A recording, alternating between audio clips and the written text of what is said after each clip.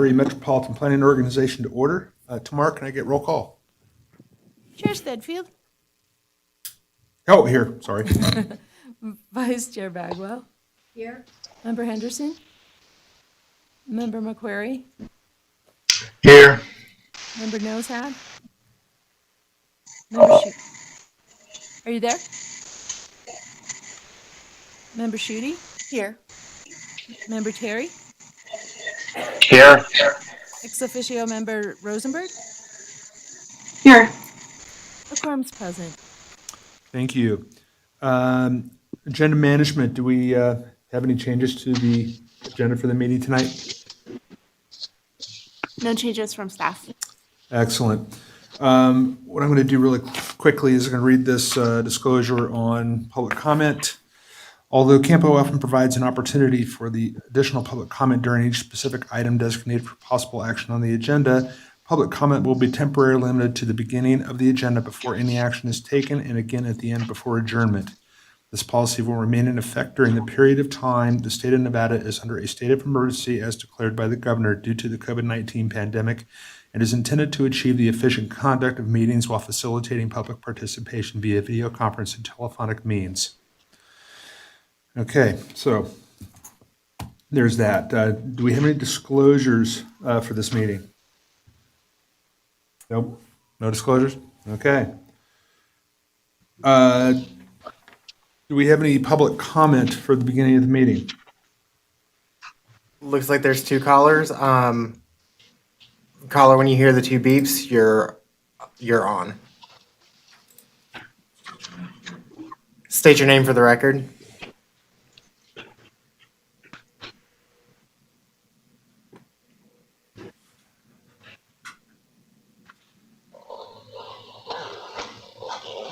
Caller?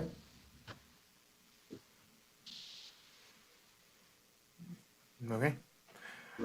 On to the next one.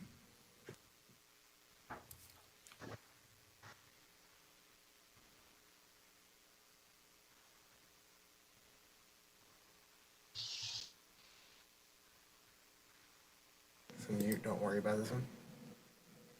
Okay. Okay, no more callers for the record.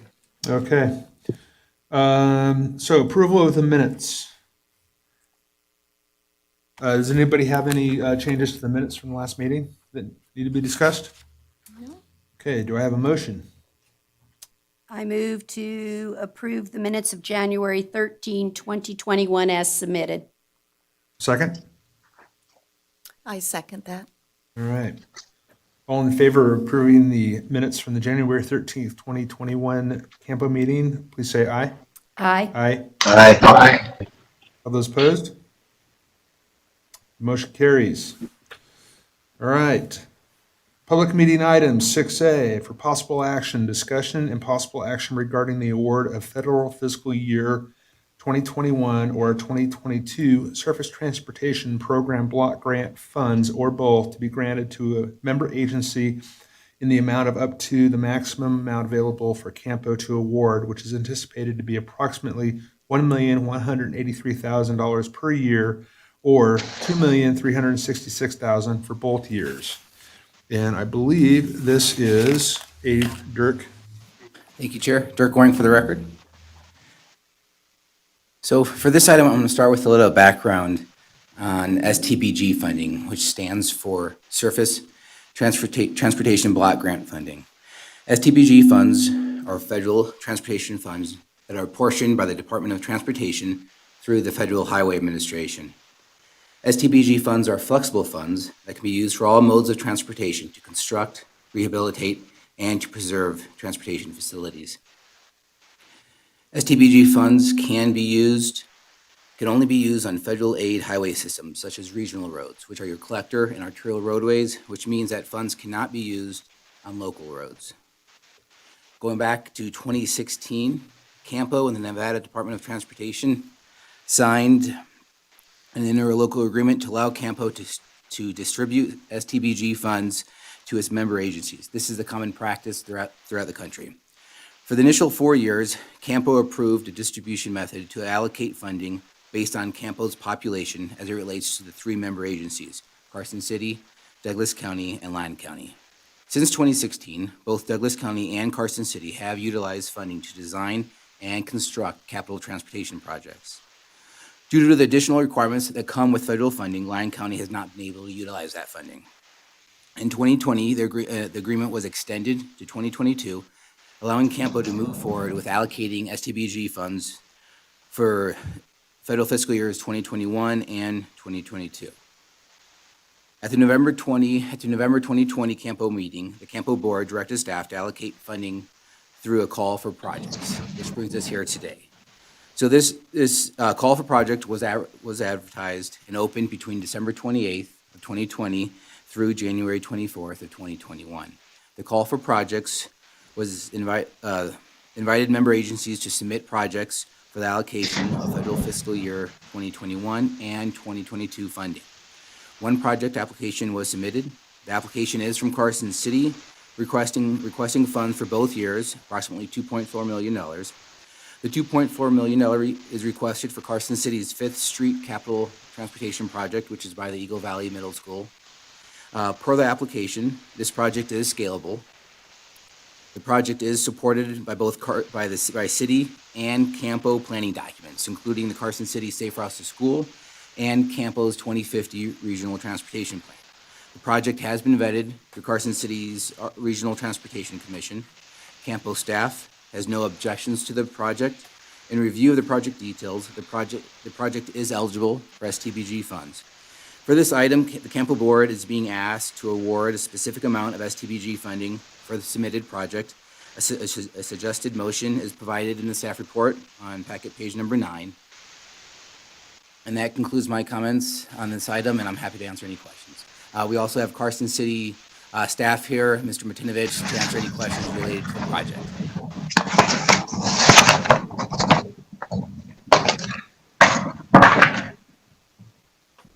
There we go. Does anybody have any questions of staff? So just in general, not only did we send out a request for projects, that was really the second round, is it not? We actually tried to go to the other 2 jurisdictions prior to that to see if they had any projects for submission, because we originally kind of did a funding split.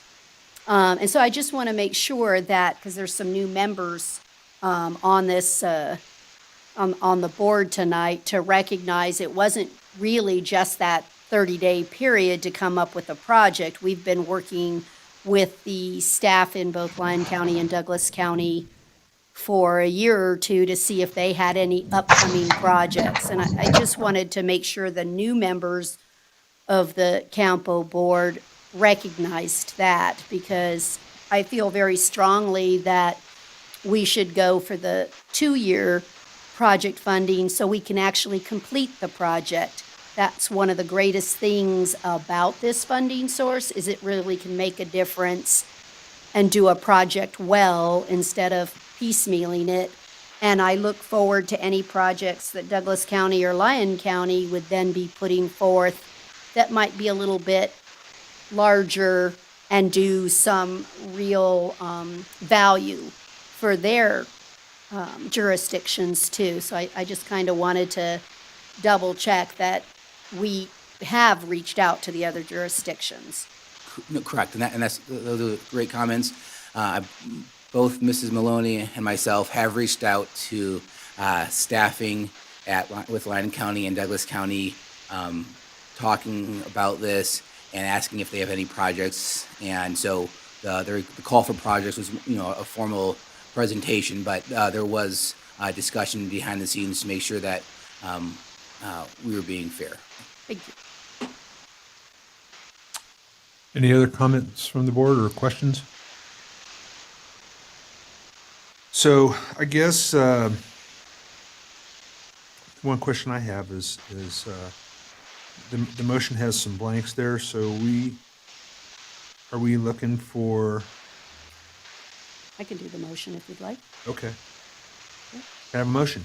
I move to award STBG funding in the amount of $2,366,000 to Carson City for federal fiscal year 2021 and 2022 as discussed. We have a motion, we have a second. I'll second that. Right, we have a motion and a second. All those in favor say aye. Aye. Aye. Aye. Aye. All those against say nay. Looks like the motion carries. Mr. Chair, Yes, can we figure out how many people are voting on remotely? I have 6 people voting right now, but I don't know. 5, 6, 7. yeah. John, Terry, Okay. Charles. Yes. Yeah, Chaz, Because I didn't McQuarrie, get Walt, confirmation during roll call. Thank you. Walt, and Wes Henderson. Thank you. Okay, so moving on to item number 6B. Discussion of possible action regarding adoption of the Carson Area Metropolitan Planning Organization's federal fiscal year 2021 to 2024 Transportation Improvement Program. Once again, this is Dirk. Thank you, Chair. Dirk Warren for the record. So this item is requesting the adoption of CAMPO's federal fiscal year 2021 through 2024 TIP, which stands for the Transportation Improvement Program. The TIP is a federally required document for a metropolitan planning organization. The TIP is a short-term programming document. Transportation projects that are federally funded or are of regional significance are required to be in the TIP. The TIP document shows projects which are programmed, not obligated. Once a project receives a notice to proceed, the project becomes obligated and no longer needs to be in the TIP. The proposed TIP includes 11 capital transportation projects and 4 transit projects. The 4 transit projects are specific to Federal Transit Administration formula grants. Per CAMPO's public participation plan, a 14-day public comment period was provided. No comments from the public were received. Carson City did provide additional comments to refine the details related to the Colorado Street Rehabilitation Project. A revised project sheet has been provided. This is for packet page number 47, and that has been distributed to the board members that are here presently, and it has also been posted online at the CAMPO's website under agendas for 2021. The revisions update the description and map to include a portion of California Street, and revisions to the funding include additional local funding for sewer improvements and minor changes to the existing funding sources. And these changes have been highlighted in the document that's been provided. With the recent adoption of CAMPO's 2050 Regional Transportation Plan and the associated project list, which is a list of projects in the back of the Regional Transportation Plan, Carson City has elected to place near-term projects into the TIP. This demonstrates that a project has been identified through the planning process, is in need of funding, and if federal funding becomes available, could quickly capitalize on such an opportunity. And that concludes my comments. I'm happy to answer any questions. Are there any questions from Mayor Bagwell? Just again, really want to look at this to see if there's anything that the new members from their jurisdictions want to add, because again, it would allow, if more federal funding was pushed through to the MPOs, I just want to make sure that any projects that you guys have had on the planning burner or something that we're not aware of, that any opportunity for you to receive funding, you really need to get in the document. So I just want to kind of toss that out there to make sure that we're not leaving out the other 2 counties that are part of the MPO. So we're happy to keep taking a lot of money, but I just want to make sure we're being fair and providing opportunities to both Lyon and Story County. They said, I hate to be new. They're going to go back to their teams. And again, staff did reach out to the partner agencies and asked if they wanted to put any of the projects that were in the regional transportation plan into the TIP. They had some concerns with just the local match portion, so they decided at this time not to include the project, but as time goes on, they would be able to have that opportunity to adopt the TIP and add those projects. May I follow up? What's the percentage of the local funding that they have to do for a match? Sorry. So that would depend on the Type of project? the type of funding. But for example, STBG, Surface Transportation Block Grant, is a 5% match. And then there's also issues with regards to design and then construction. So. Okay. I just, again, want the new members to understand it's a 95-5, so it might be a great opportunity to work with their team members. Okay, thank you. I guess I have one question for you, Dirk. If projects come online for either Douglas or Lyon County before 2024, would they have the opportunity to try and get those included in the TIP? Yes, yeah, they Can would. amend the tip. Right. So this isn't their only bite at the apple then, is my Right, they point. could come back, yeah. Okay. Anybody else have any questions?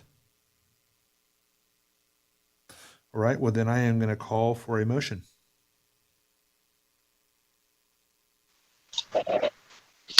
I'll make a motion. I move to adopt CAMPO's federal fiscal year 2021 to 2024 Transportation Improvement Program as presented. All right, so we have a motion and a second. All those in favor say aye. Aye. Aye. Aye.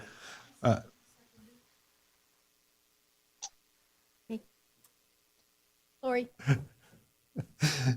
All those opposed say nay. Okay, so the motion passes.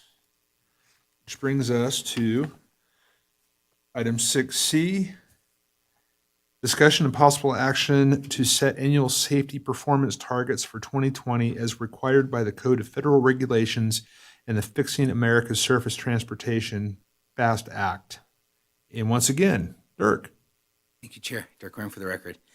So this item is requesting approval for 2020 safety targets for CAMPO, Carson Area Metropolitan Planning Organization. Federal regulations require MPOs to set safety targets every year. There are 5 safety targets. 1, number of fatalities. 2, the rate of fatalities. 3, the number of serious injuries. 4, the rate of serious injuries. And 5, the number of non-motorized fatalities and non-motorized serious injuries. And these are all based on a 5-year rolling average. CAMPO began setting targets in 2018. In 2018 and 2019, approved targets were based on a 0.5% reduction to the 5-year rolling average. To quantify the targets for 2020, 2019 crash data is required. The 5-year rolling average includes crash data for 2015 through 2019, and that's your 5-year rolling average. Per an interagency agreement with the Nevada Department of Transportation, NDOT provides Nevada's 4 MPOs with crash data. Crash data for 2019 is still being processed. As a result, 2020 targets cannot be quantified. Therefore, staff is requesting approval for the method to quantify targets, which would be the same as 2018 and 2019, which would use a 0.5% reduction to the 5-year rolling average. There is no fiscal impact for CAMPO for achieving or not achieving these safety targets. And regarding CAMPO's 2018 targets, 4 out of the 5 targets were met. And this information is provided in the table in the report on packet page number 62. It was color-coded to show the 4 targets which were met in green, and then the 1 target which was had to do with fatalities, which was not met. That concludes my comments, and I'm happy to answer any questions.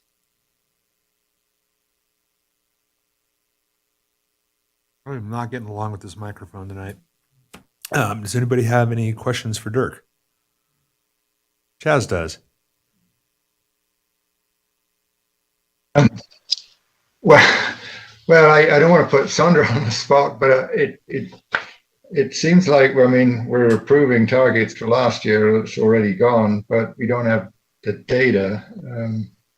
I don't know if it's COVID or something else that's holding up the 2019 data processing. So I can speak to that a little bit. We are and I don't want to make excuses. There are a number of issues that have led to this. We're trying to remedy it. Just so you know how we get the data, it's collected by law enforcement. It goes through Office of Traffic Safety through the state IT division, enterprise IT system.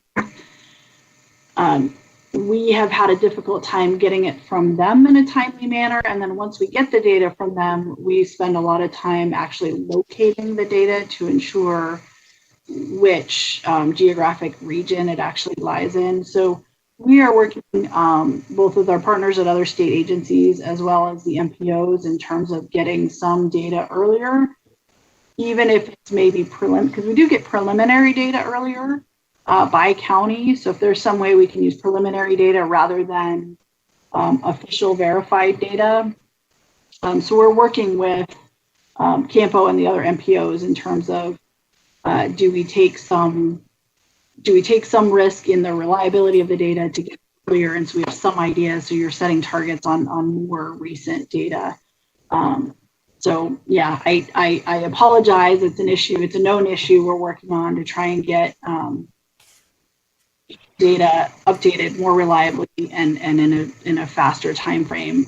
There is always a delay, and the federal system is also delayed. So to get their official, it's called FARS is their system, that's also a delay. So if we want the official FHWA approved versus is it acceptable, as Dirk said, there's no penalty to you all for meeting or not meeting the target. So, are you willing to use kind of the unofficial data so that you have more recent things? So we're working with Lucia and Dirk on that, as well as getting more updated, more reliable data sooner. Thanks. Lucia, you had something to add? Thank you, Mr. Chair. To Sandra's points, we are unique in the state in that CAMPO comprises partial counties. So it's much easier for the other MPOs in the state to get their crash data earlier because it doesn't require that very specific GIS task of mapping each crash. Is it south of Stephanie? Is it north of Stephanie? Is it, a little bit in the data can make a difference. And so that is, to NDOT's credit, a reason why our data is the most complicated in the state in this case.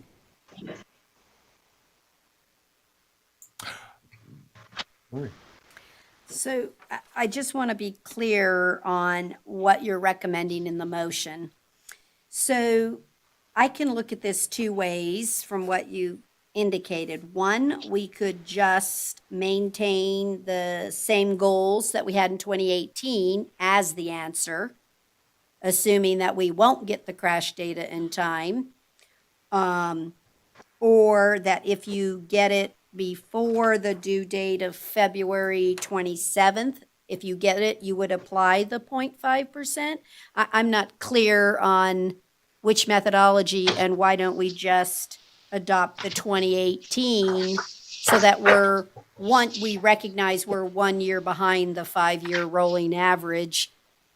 Just a thought when we talk about this, because this is going to be a consistent issue, so that we don't need 29. You know what I'm saying? We just now say, nope, we're going to cut it off. And then next year we'll incorporate 2019, and then we'll never be in this issue again. No, thank you, and sorry for the confusion. The thought from staff was to request approval on the methodology, which is really using that 0.5% based on the 5-year rolling average. So using 2015, 2016, 17, 18, and 19 data to get the 5-year rolling average, and then taking a 0.5% reduction, and then that's our target. And the goal there is to kind of show a decrease in the trends.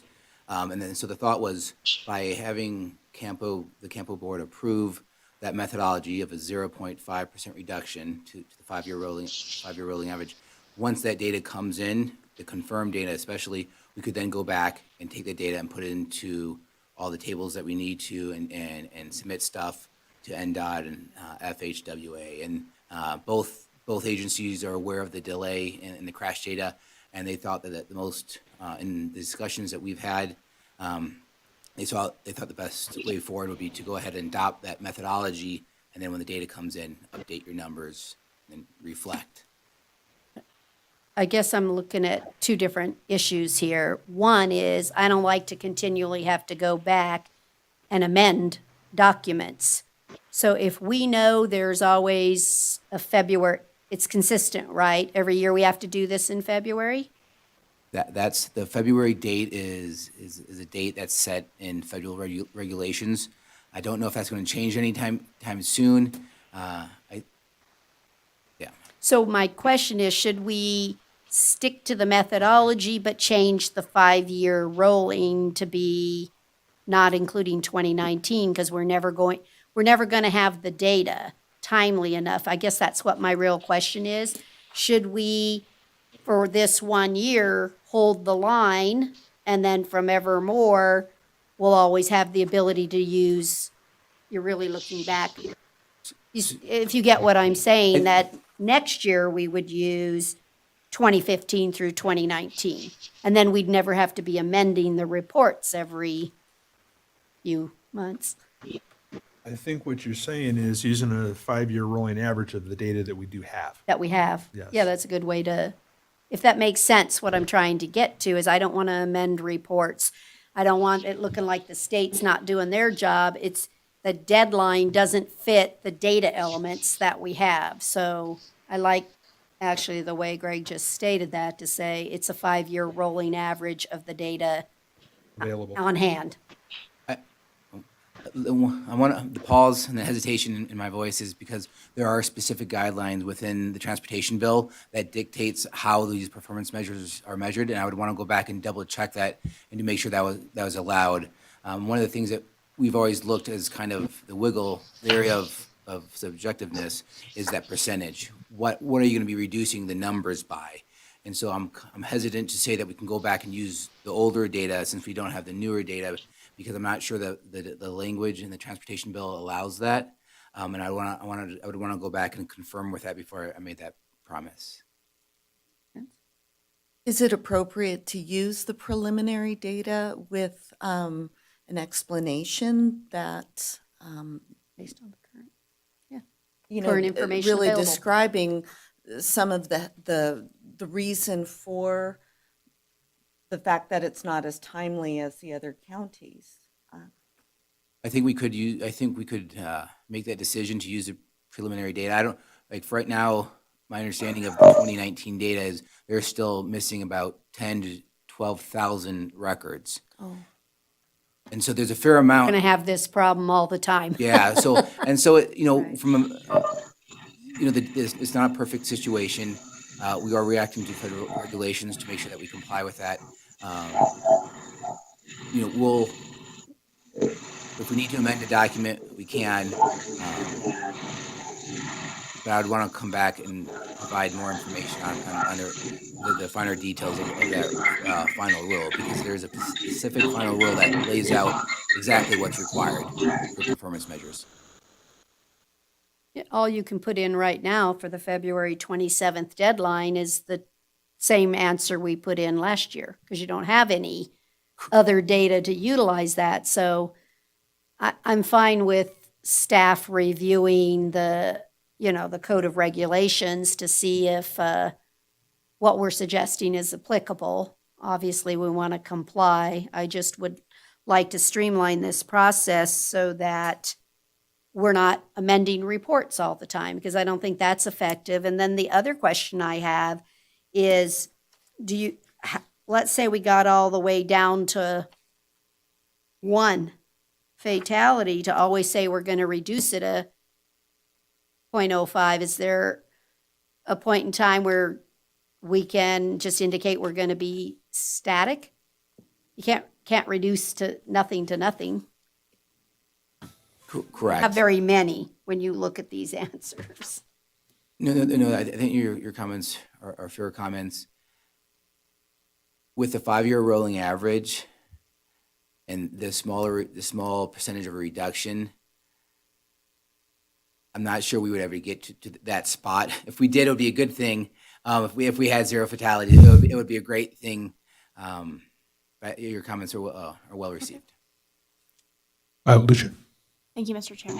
So the final rule states that MPOs must analyze the data that we have and can choose to either support the state target or set our own target. So when staff reviewed the state targets, their numbers are so much bigger, right? It didn't make sense necessarily for CAMPO to support the state's targets for CAMPO. However, the final rule could be interpreted to say that yes, absolutely, as a state, they've analyzed the full state data, which they have, and they've established the state targets for 2020. And another option for this board tonight would be to support the state's targets for 2020. And we could certainly come back and discuss this again at a future time. What is the state's target, Sandra?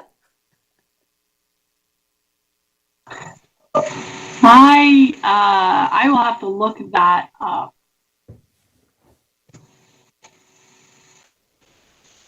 We are working simplifying ours. We currently have a complicated, again, the 5-year rolling average and rate of reduction. And let me see if I can find that quickly. Can I just clarify a question with Lucia? So you believe that the final rule says the data we have? So we could use the prior the 5-year rolling on the data that exists today? We need to look at the data that's available. There's a state planning agreement that we've signed on to where we've all as a state agreed to a methodology.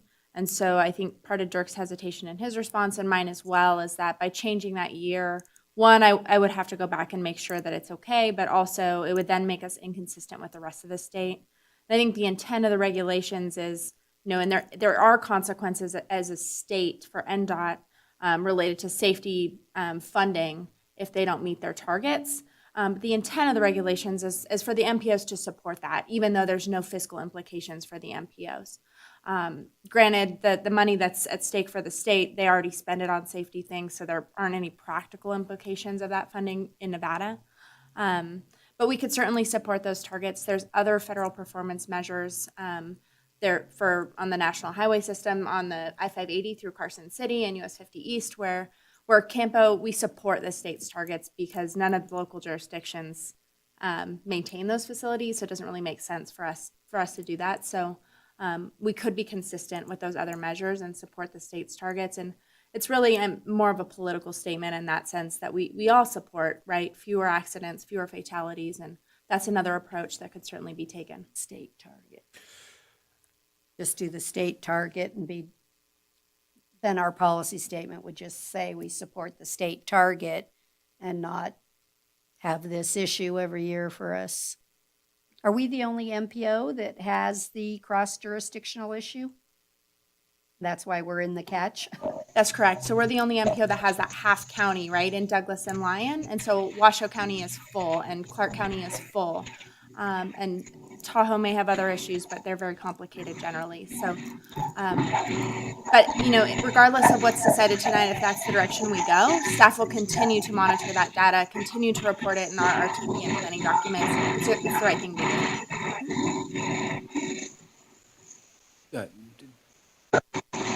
Go ahead, Dirk. Thank you, Chair. We may still be in that issue since the state is able. Excuse me, Dirk. People that aren't talking, can they mute their phone or their mic? We're getting a lot of noise. Thank you. Go ahead, Dirk. Thank you. We may still be in that situation if we adopt the state's target, because I believe that the state's target is also a reduction in the trend. But the state has the data since they don't have to locate the data. It's all the data they have is within the state of Nevada, and so we would still be in a position where we wouldn't have the 2019 data to apply NDOT's target. Does that make sense? Sandra? Can I clarify that? I believe the requirement is just that you don't have to set a target if you just want to state that you support the state's target, if that makes sense. I did pull up our target. So, and ours is basically, we look at the projected trend and a reduction of that, but it's based on when we initially started setting targets, we based it on how many years we wanted to get to zero and the rate we needed to get to half of that. So in pure numbers, our 2020 target is 330. Even though that's higher than our most recent year, it's lower than the years when we set the target. So it has to do with the rate and the anticipated increase in traffic and all of that. So it gets fairly confusing, but I think we can all agree that we're all supporting each other to reduce fatalities and injuries on our roadway. Carson area does get complicated in setting targets when you have so few fatalities per year. And a year that has one more or one less can kind of throw your trend pretty far out there. So, I don't want to recommend your policies for you, but supporting the state target is certainly an option that would simplify this each year. Pretty good. So I have a question. If you're talking about the state's data, are you talking about using statewide data, statewide accident data?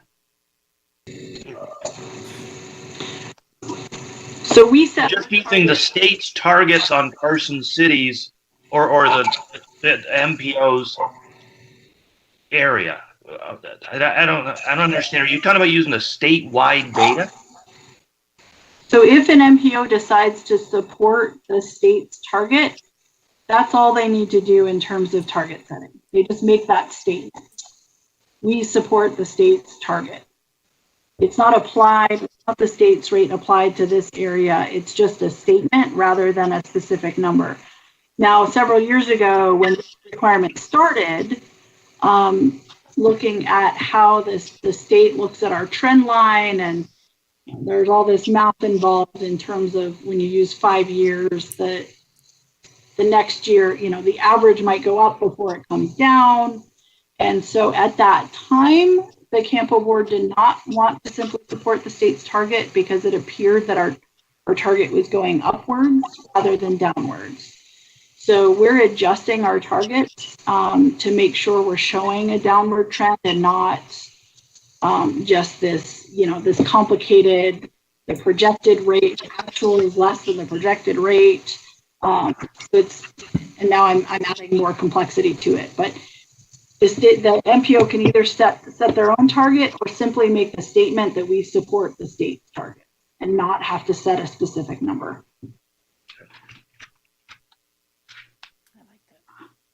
that makes sense, John?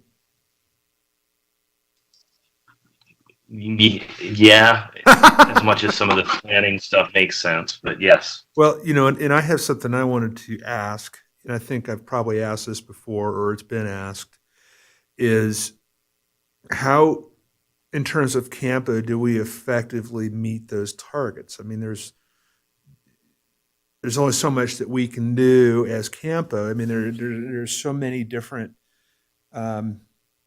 metrics and influences on that target. So, and Sandra's right, you have one fatality and it'll skew the numbers drastically one way or the other.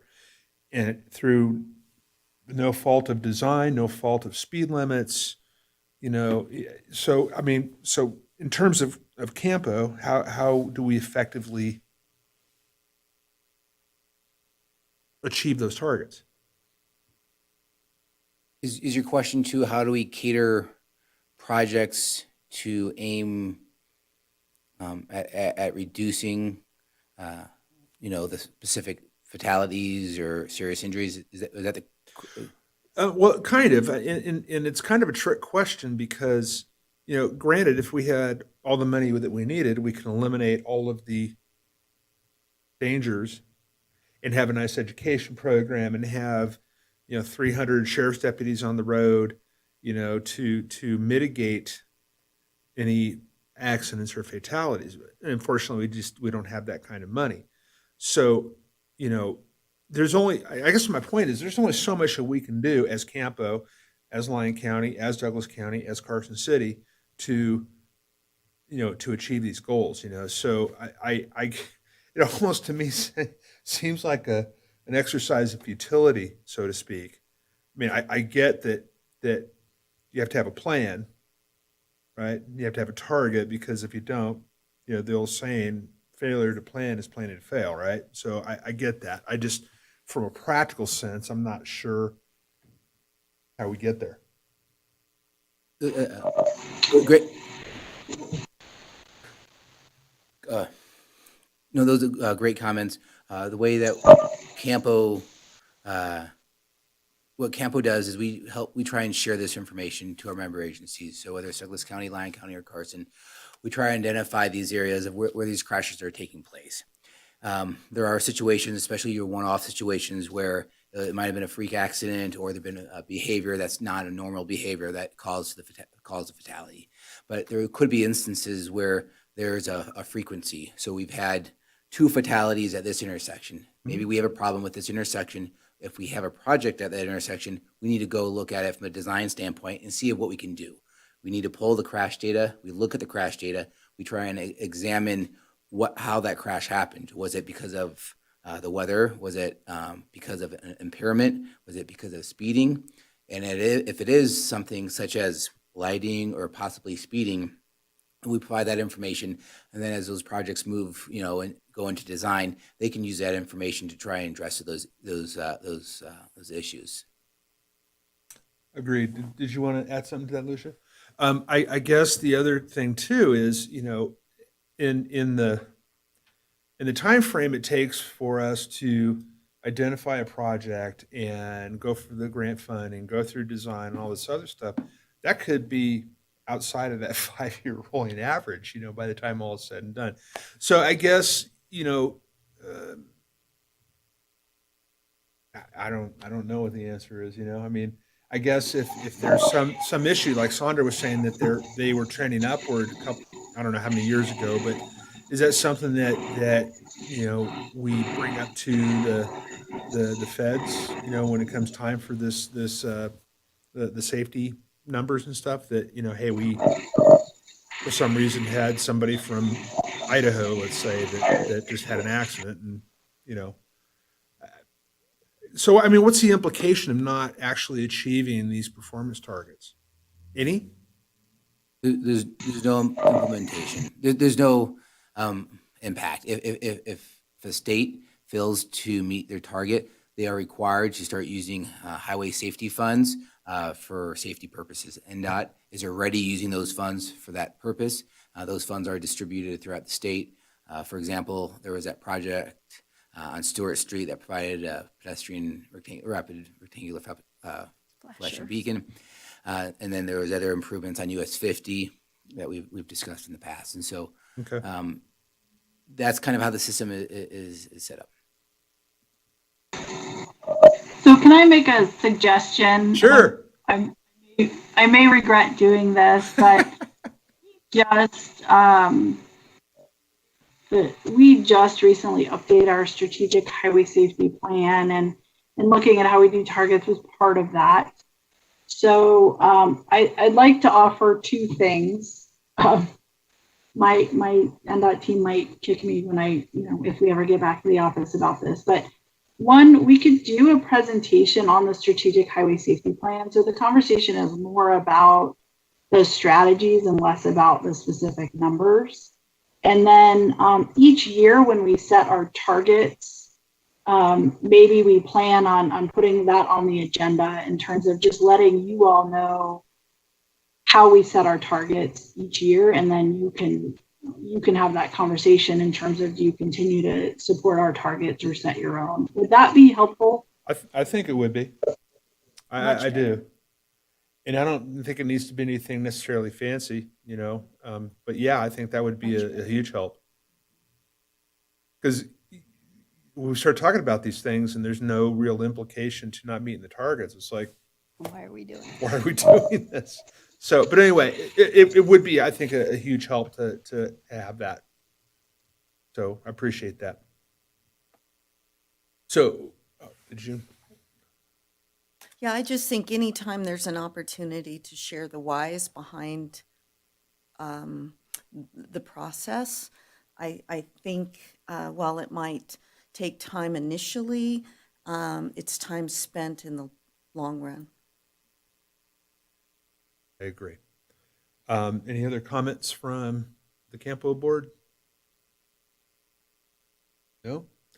All right, then I would like to call for a motion. Okay, let me try one. Yep. I move to support the state safety performance targets. I have a motion, and do I have a second? I second that.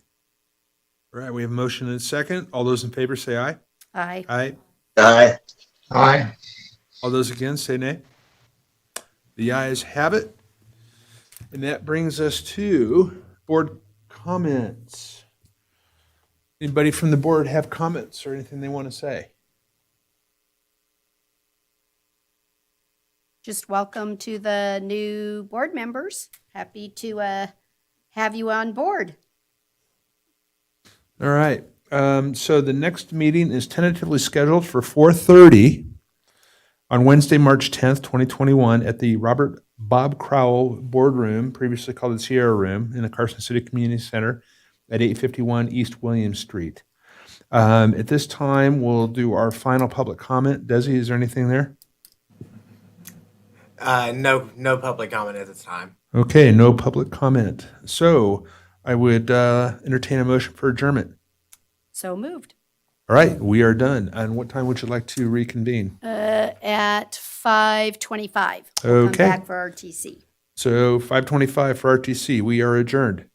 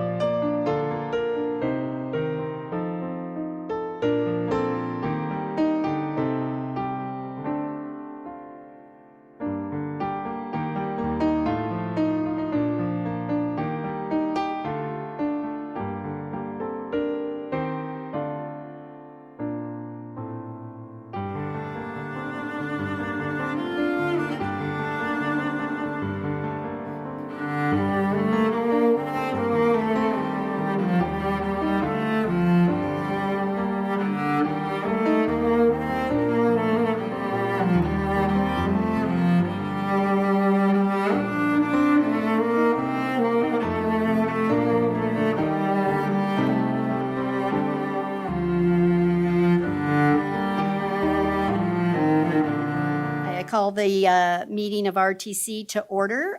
Tamara, may I please have a roll call and determination of quorum?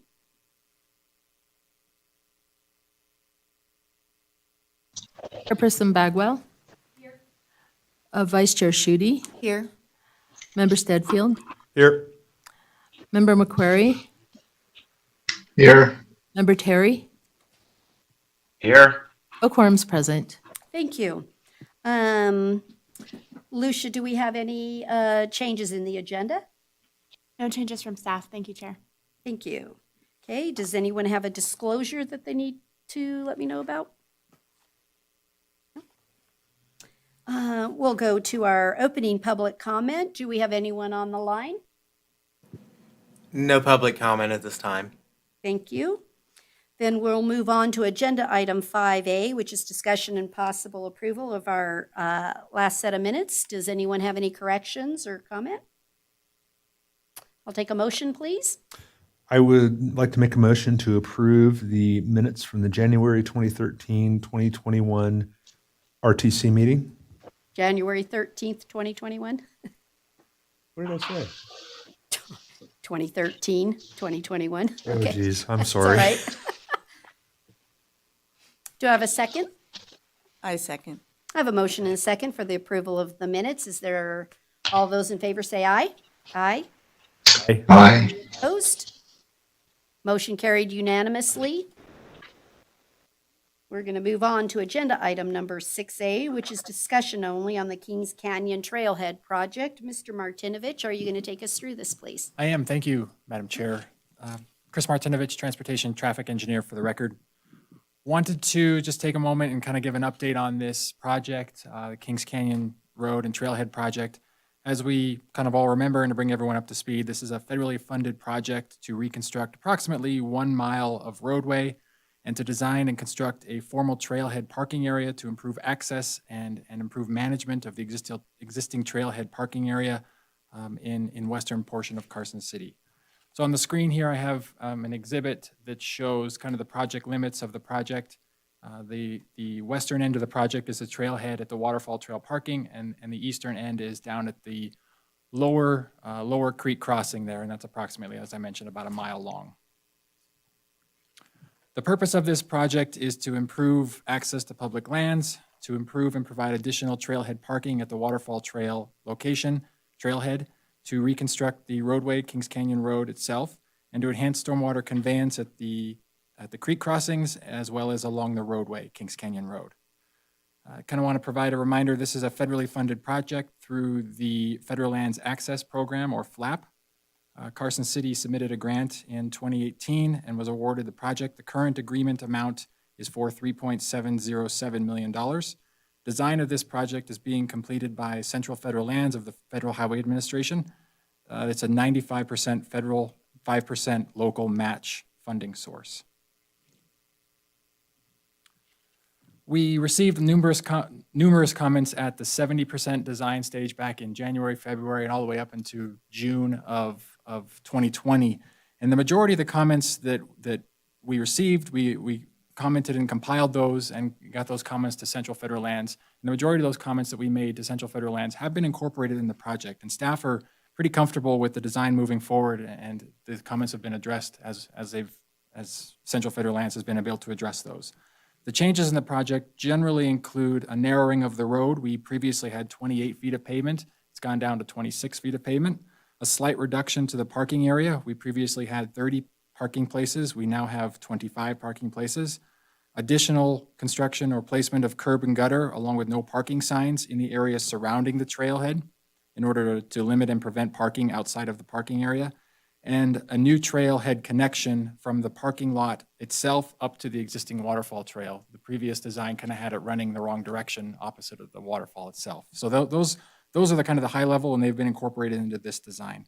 I did provide an exhibit, as part of the exhibits attached with this item, as kind of a summary of all the public comments we received back at 70%, as well as kind of our responses to those and how they've been addressed or incorporated into the plans themselves. You know, we're always seeking a balance, community needs and desires, you know, sound engineering design, and balancing that against our funding limitations for this project. So I'll walk through a few items here related to the project, just to kind of orient everybody. And I want to mention that the existing road is 18 to 24 feet wide. We're proposing to do 26 feet, so it's a slight increase. It would have two 10-foot travel lanes, and I apologize that the exhibit there shows two 11-foot travel lanes. Those should be 10-foot travel lanes for the uphill and downhill directions. On the uphill side, it'll be a 4-foot wide shoulder, and the downhill side will have a 2-foot wide paved shoulder. We are reconstructing the majority of the driveways along the road, and so additional design information for the driveways has been provided with this 95%. So we were kind of looking for that at 70, and they've provided that.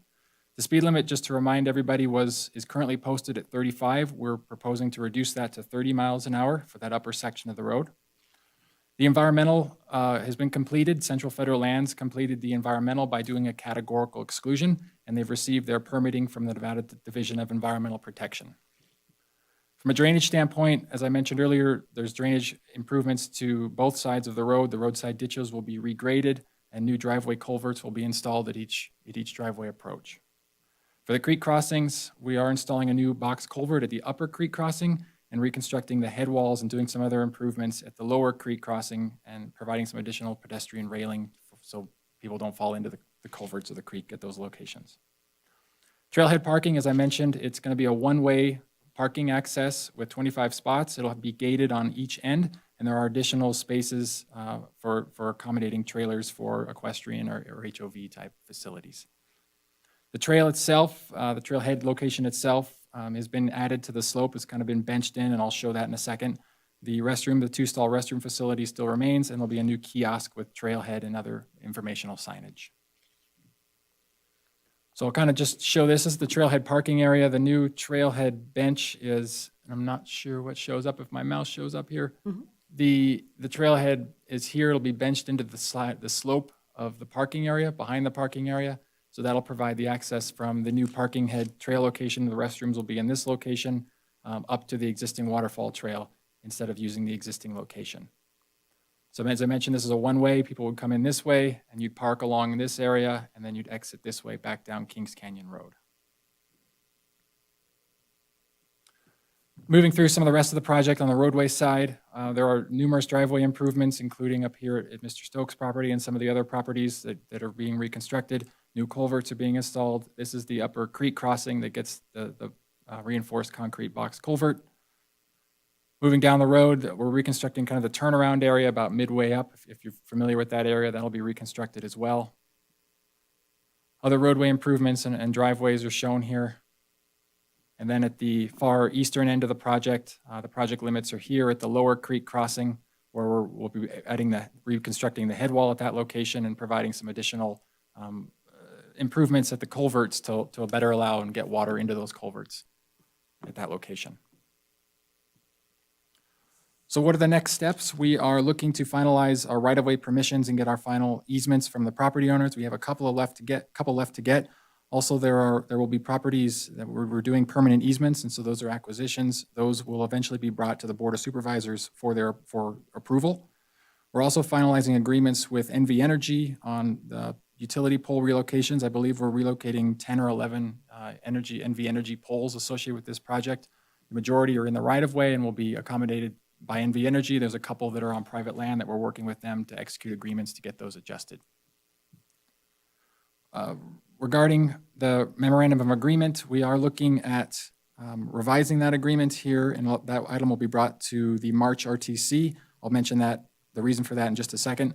The last item I want to mention on the next steps is the completion of the design. Central Federal Lands will take our comments that we submit here at 95% at the end of the week. They'll incorporate those, they'll finalize the plans, and they'll put the plans out to bid for construction. Ultimately, I don't anticipate the project would start before May 1st, but we're still on track at this point to construct this project this summer and complete by the end of the year. So regarding the amendment to the memorandum, the project costs have increased by approximately $1.6 million. And so that requires us to increase our 5% match. We are working with to secure those additional funds from a variety of sources, including the Regional Transportation Commission, stormwater funds, as well as open space. And the Open Space Advisory Committee will we'll be meeting on the 22nd, and there'll be an item on Kings Canyon to bring that additional funding to that board for approval. Ultimately, once we have that, we'll secure that. We'll come back in March and we'll present the revised agreement for your approval and signature so we can continue to move forward with the project costs.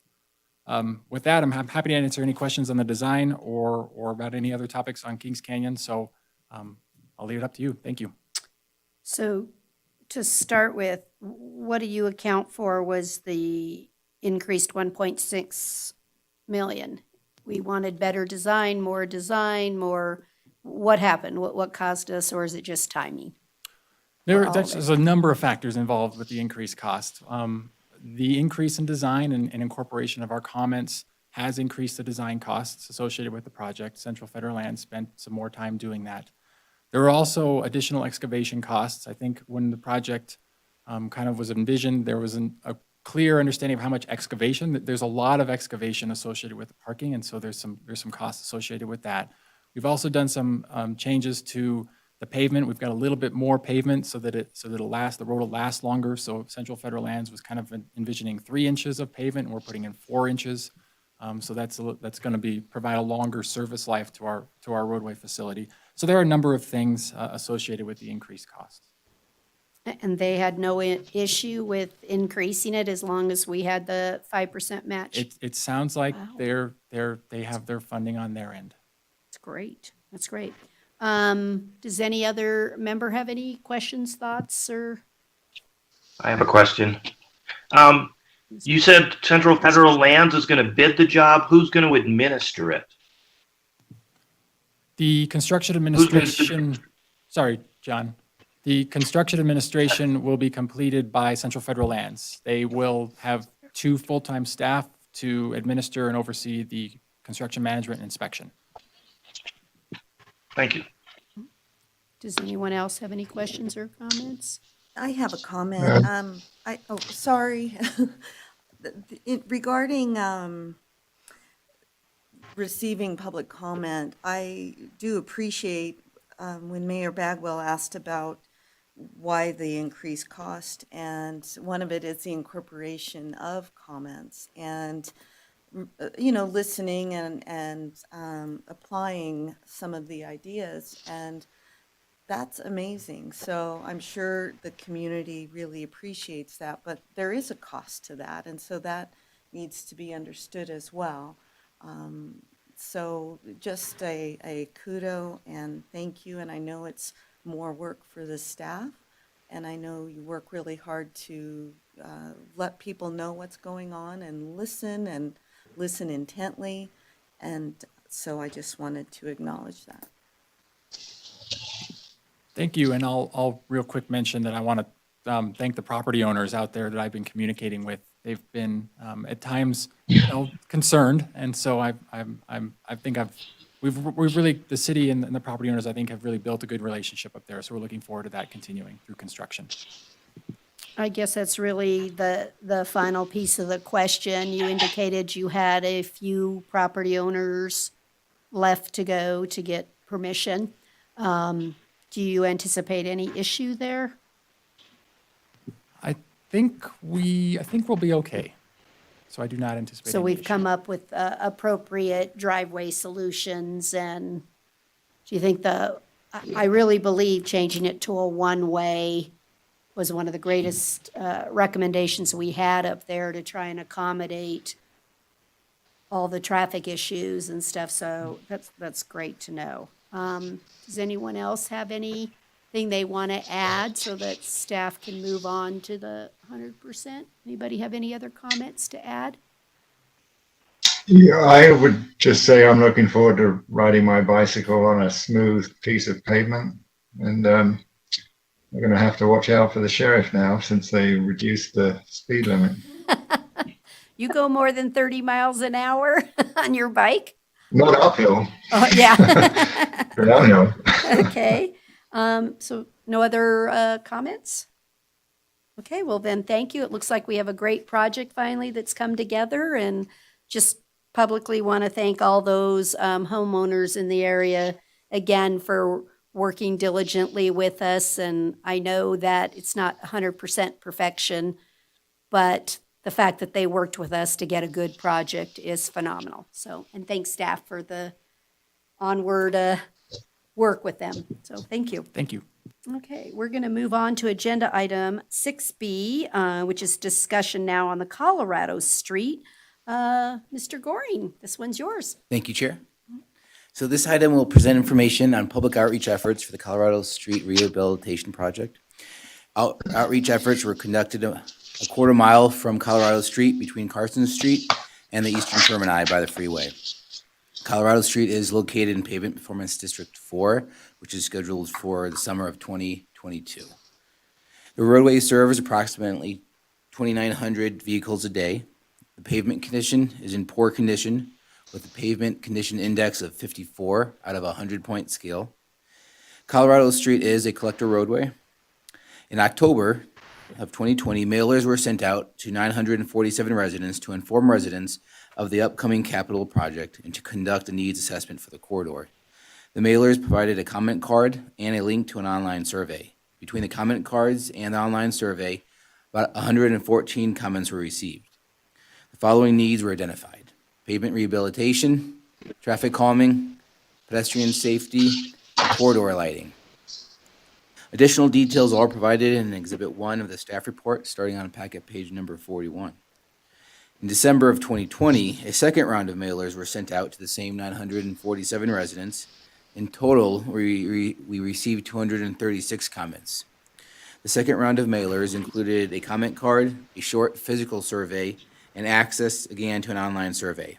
The purpose of the second mailer was again to provide information to the neighborhood on the upcoming transportation projects and to collect input on 6 general potential improvement themes being considered to address the needs identified from round 1. The surveys provided pictures and an explanation of 6 potential improvements. Residents were asked if they liked or disliked the 6 types of potential improvements. The results of this effort are summarized in the staff report, starting on packet page number 38. In summary, potential improvements related to enhanced pedestrian crossings and connectivity were liked by about 78 to 83% of the participants. Enhancements to street lighting was liked by about 88 to 90% of the participants. Bulb outs, which is where they flare out the sidewalk near the intersections, was disliked by 56 to 74% of the participants.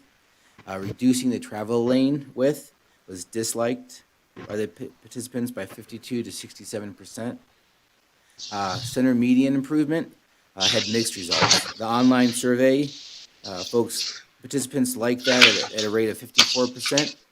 The paper mail-in survey, folks disliked that by about 62%. Buffered bike lanes were liked by about 76 to 79% of the participants.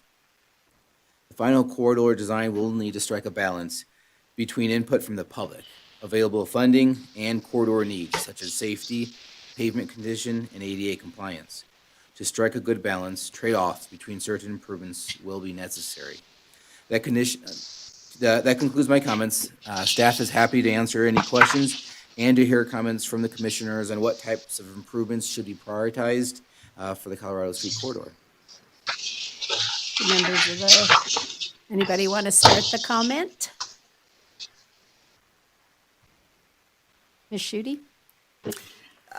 I have to say it was really interesting reading the public comment, and one comment would be, wow, this is great and thanks for all you do, and then the next comment, there'd be an expletive or two, and then everything in between, and I just think it really showcases how difficult a project like this is. You know, we all come to these kinds of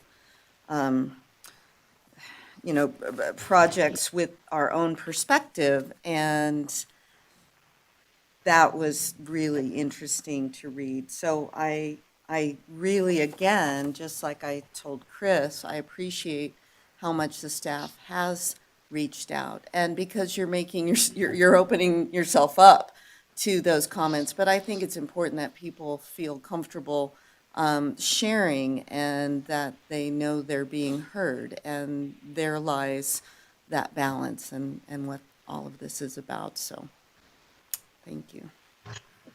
Does anyone else have a comment? Greg? Excuse me. One thing that struck me as well as Commissioner Schutte on the comments was the fact that there were so many people that were kind of against doing anything. But, I think, looking at these potential design improvements, a center median on a residential street, I think is pretty impractical. But, I do recall there being quite a few comments addressing speeding down Colorado. And, one of the best ways to take care of that is to reduce lane widths. And even though they don't like it, they almost have to pick their poison. If they want that corridor to be safer, then that's going to be one of the big components. I think the lighting and the pedestrian improvements are just, those are non-negotiable in my mind. But if I were to take bulb outs, reduce travel lane widths, or center median, I think out of those three, I had to pick one, it'd be reducing the lane widths. Just my opinion. So anyway, those are my thoughts. Thanks. Chaz? Yeah, I echo what Greg just said, and the two most effective ways on this list to reduce the speeding are the bulb outs and the reduced lane widths. Well, the center median would probably do it too, but so one thing that maybe staff could consider is painting bulb outs, because they're fairly relatively expensive compared to just putting in a buffered bike lane or the lighting. Well, that's not cheap, but I mean, those things are, I agree with Greg, would be my first choices, and they're liked by the residents. But one possible option is if you painted the bulb outs to see how effective that was on reducing speeds and also making the crossings a bit safer. That may be one thing to consider. And I think the center median is probably would not be high on my list. That's it. Well, and I like the buffered bike lanes. I think that's a good idea. We knew that. Without you saying a word, we knew that. Sorry. John, do you have any comments, likes or dislikes? I was a little bit surprised that people didn't like the bulb outs. I've, in my career, had a lot of success of using bulb outs judiciously where they need to be used, because they really protect the pedestrian and shorten the pedestrian crossing. But I think they do fit for that corridor. So maybe I can just ask a question. Do you think that the respondents to the survey maybe don't understand what a bulb out is? And I'm just wondering if they, because like you said, if speed, which is what I get the calls about, truck traffic and speed on Colorado for the last 6 years, I have to tell you, I get a call every single week about do something. So I was a little bit surprised when I looked at bulb outs and reducing the lanes, because that's the way you're going to control the speed. And so do you think that speed is truly an issue there, or is speed an issue because there's so many cracks and everything that the people living on Colorado hear thunk, thunk, thunk, thunk, thunk, every time somebody drives by? Or does that make sense, what I'm trying to say, that maybe they thought that wasn't necessary because the road was going to be smoothed out and they wouldn't be hearing all that road noise? That's possible. It was surprising to staff as well to see some of the dislikes on the bulb outs. A picture was provided, and a picture kind of speaks 1,000 words. So I don't have a good answer, and I don't know why the bulb outs were disliked at the rate that they were. Interesting. Did we point out some other areas in town that they could have standing there, seeing there, going by there is actually better than, not everyone can interpret a picture. So it's just a thought process that maybe if we'd pointed them to one, they would have understood it better. Because I kind of like John's comment that if we want to reduce the speed on Colorado, we're going to have to either do the bulb out or reduce the lane. So I'm not telling you which is the most effective. The money will help lead you to that path. But if speed is truly an issue out there, then it's going to have to be linked to one of those. Is it possible to bring this back to the neighborhood and really address the fact that the speed was an issue and it was brought up in a lot of comments? And the best ways to manage that are, the reducing the lane width. Which do you or prefer, the bulb A or out. B? Correct. And And then only given the A or B choice. Do you want bulb outs or reduced lane width? And just as an aside, and it doesn't matter, but I'm surprised with the center median, and unless I don't really understand what they are. But I think of what's on East Fifth Street, and I think of the trees, and I think of the flowers, and honestly, I think something like that adds a character to a neighborhood, especially since there's such a wide street. Now, I understand it also is more labor intensive with snow removal and maintenance and all of that, but I was surprised that wasn't Inconsistent. popular. Greg, you had a comment?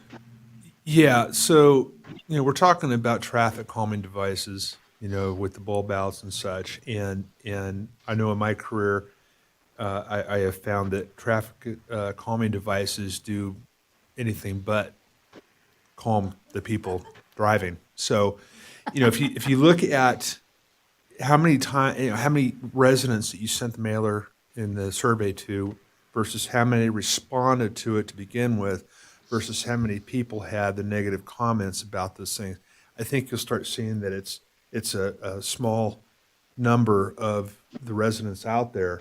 And then sometimes it just boils down to the fact that you're not going to make everybody happy. You got to do what's right for the people. You have to do the things that are safe and will, going back to our last meeting, it'll help us achieve our performance goals. So anyway, that's all I had. Did that help give you actually any direction to staff? As like, where are you going with the project? Because what I'm assuming is you're looking for the direction to what type of plan to bring us back for 30% design. I mean, is that not what what direction do you want us to be going down? Sorry, your comments are great. All the comments are very good, and these comments will be summarized and passed on to the project manager and the design team, and then they're going to have the hard job of striking that balance between what we can afford and what we can't. And as we look at what we can do to achieve the need, to meet the needs of the corridor, there might be issues, whether it's what was discussed here today, or to move forward, to move the project forward and achieve that. Okay. Lucia, do you have a comment? Thank you, Madam Mayor. A couple comments. My gratitude goes out to the neighbors that took the time to participate in this. As staff, it becomes so much more difficult when you start getting public comments and we're trying to respond and we want to try to make everyone happy. But our staff aren't afraid of that, and we crave it, and we want the public participation. And seeing that here is it's fantastic. So thank you to everyone that participated. My thought is, in light of the huge participation and the engagement, and Lori, that we get the same calls on my end too about speeding and some of those questions.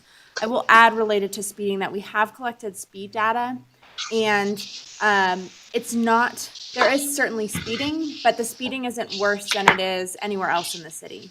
It's not the worst speed location in the city by any means. And to your comment, a comment earlier about the cracks, and when the cars go over, you hear it, right? Crack, crack, crack. I do think that contributes to that. And so as we go forward in design, my recommendation is staff will bring back, maybe it's a 30% or a 60%, but have another public hearing. Give the opportunity to the public and to you to see it and really say, you hit the nail on the head, or, we'd like to see more of this. So I think we could certainly do that. It is, I can be a little bit more blunt than Dirk in saying that, it is going to come down to money, and it will be trade-offs. And when we talk about narrowing the lanes, striping is easy and affordable, but moving curb and gutter or adding a bunch of concrete, that will come at a direct cost to the amount of asphalt that we can reconstruct. So it's going to be a trade-off, and so we're going to try to find the right balance. And like Dirk said, I think these public comments are they're really helpful. So thank you. Thank you. Greg? Just one more question. Based on the surveys and the comments that were received, I'm assuming that Headway is going to take that and kind of distill it down and make some recommendations for design. Is that kind of the direction it's going? We used Headway's help with kind of the development of the survey and getting some information to share. But besides that, the onus is going to be on the Carson City Public Works to take the information and move it through design. Does anyone else have any further comments? Okay. Well, then, thank you so very much, Dirk. Looks like we're going to get started on this one, and I'm sure the people on Colorado Street, like you said, are very happy in the surrounding areas. Okay, we're going to move on to agenda item number 6C to talk about the bicycle and scooter share program. Ms. Maloney? Thank you, Madam Chair. As e-bicycles and e-scooters become more popular on our pathways, Carson City staff want to be proactive in reviewing and addressing user conflicts, perceived safety issues, challenges, and opportunities relating to e-bikes and e-scooters. To that end, staff convened an e-bike and e-scooter working group in October of 2020. The agenda and the presentation that was provided to the working group is provided in your packet, starting on packet page 95. In preparation for that, staff did do extensive research and outreach regarding e-bicycles and e-scooters. I'll be brief and summarize that currently adopted Carson City Municipal Code contains no specific regulations for e-bicycles and e-scooters, and thus we fall under state law.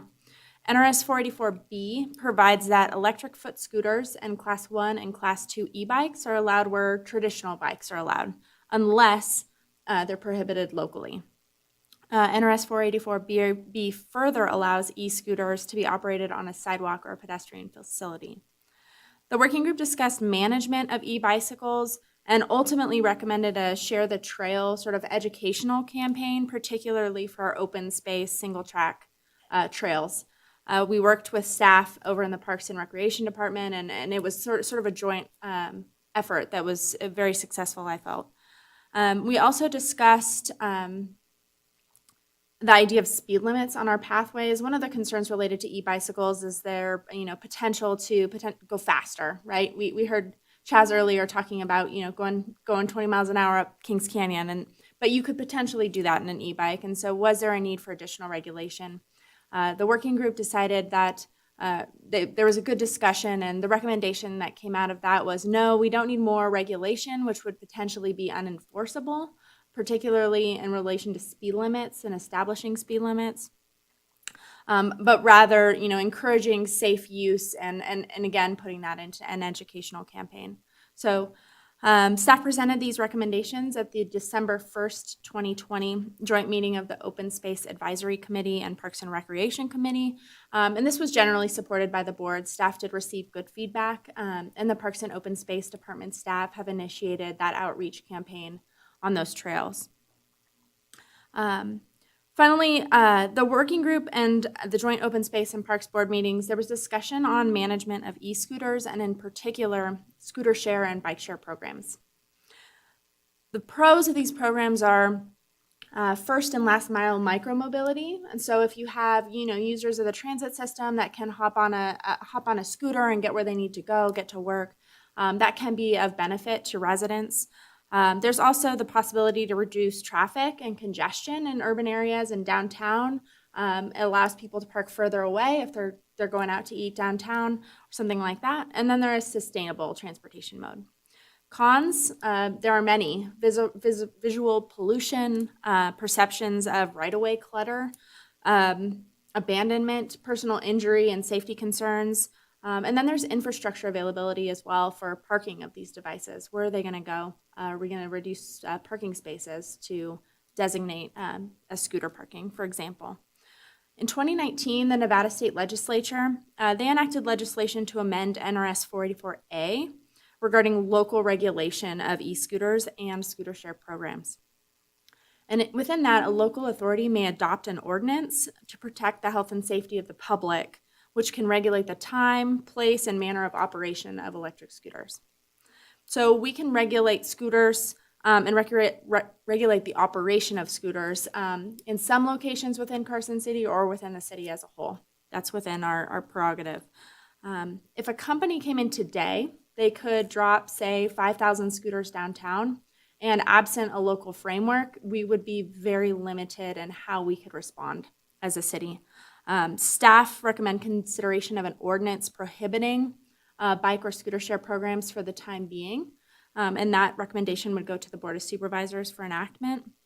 And we recommend that unless or until there's a successful case study in Nevada. Reno staff and their boards, they're still trying to figure it out, and right now there's just nothing that we can take and copy and say, yes, we feel confident that we can be successful with this approach. The parks and the open space boards at their joint meeting, they generally agreed. Staff received some really good feedback. There was good discussion. And in doing this moratorium on bike and scooter share, it will prevent some of those kind of negative consequences of the share programs and buy us some time. If we did do that, there's always the potential, that is, if there's a demand for one of those programs, if one of those companies comes in, potentially they could help city staff draft an ordinance for a framework that works for the city and works for a company to then supersede the moratorium. But with that, I'll stop and take any questions or discussion. Thank you. Does anyone have any questions or comments? Great. So my work carries me over the hill into Sacramento fairly often, and I go through South Shore and I go down Pioneer Trail. And I tell you what, I don't know if it's part of the nature of being a tourist area, but it just seems like those people get done with them, they step off, they throw them down and walk away, and they're just strewn about everywhere. And you know, unfortunately, I don't think the people that are up there on vacation care. And so, to me, I think it's, I kind of agree that until we figure out a decent way to handle these things, that we just shouldn't allow them, in my opinion. Anybody else have a comment? Chaz? Yeah. When you look at the big picture and long range, and we're part of our local economy is tourism, whether it's coming to enjoy trails or visit the state capitol or whatever reason people come here. The ability to do that, the last mile micro travel, whatever the expression Lucia used, is important. And I think but I also think that we don't want to cut them loose, as for the reasons that Lucia mentioned. And so I have a comment on the suggested motion, which just says that we recommend to the Board of Supervisors a moratorium. And I think that maybe it would be good to expand that to use some of the language from the staff recommendation to say, until an ordinance is adopted with a framework for permitting such a program. Because I agree, we don't want to be the guinea pig, and there is a problem with people in places that do have these ride share programs, whether it's scooters or bikes, of them just getting left all over the place. That is an issue. But I think once we have a model to follow, it would be good to develop an ordinance to regulate the use. And so I would prefer the motion to include that language that would sort of set the stage for developing an ordinance as time goes on. Mr. Terry, do you have a comment? It just doesn't seem to me that Carson City, the way it is laid out, really fits for those types of programs anyway. And I agree with all the comments the others have made that them being all over the place, and I just don't think it's appropriate for Carson City, and I would support the motion as the way it's written, and perhaps with Chaz's modification to that amendment, to that motion. Thank you, John. So, anybody else? Ms. Schutte? Yeah, I agree with what everyone has said. I see a few areas that they could be fun in terms of, you know, the blue line and cruising that way. At the same time, though, some of those intersections could be quite dangerous. And until we really could work through the variables and the nuances and the need, I don't think it's appropriate to move forward with allowing something like this. So I absolutely propose or support the motion. And I really like Chad's suggestions. I think, again, that gives the why behind the decision. So to clarify a little bit with Chaz's addition would be to say there's a moratorium until we make an ordinance, which suggests then that staff will be directed to create an ordinance. So I look at this in two ways. I like it the way it's written.